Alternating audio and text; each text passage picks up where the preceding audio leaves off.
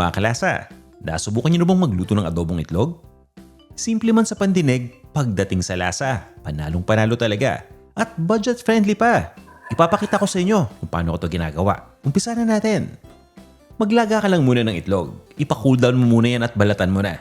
Itabi mo lang muna. Sabay gisa na nga sa bawang hanggang sa mag-golden brown. Ilagay mo na rin dito yung sibuyas at igisa mo hanggang sa lumambot. Sabay ilagay na nga dito ng oyster sauce.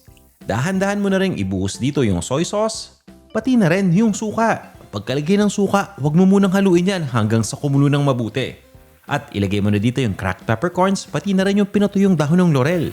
I-simmer mo lang ito ng 10 minutes. Sabay timpla na nga ng asukal. Ibalik mo na rin dito yung itlog na pinakuloan natin kanina.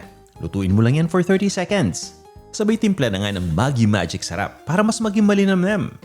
Ituloy mo lang ang pagluto ng 30 seconds pa. Tinatanggal ko lang muna dito yung itlog habang pinapareduce yung sauce para hindi ito ma-overcook. At once na ready na, ibinabalik ko lang itong itlog at nilalagyan ko pa ito ng chopped na green onions. Easy lang, di ba? Nasa website natin yung recipe. Itag mo naman yung mga kaibigan mo na mahilig sa ganitong klaseng lutuin.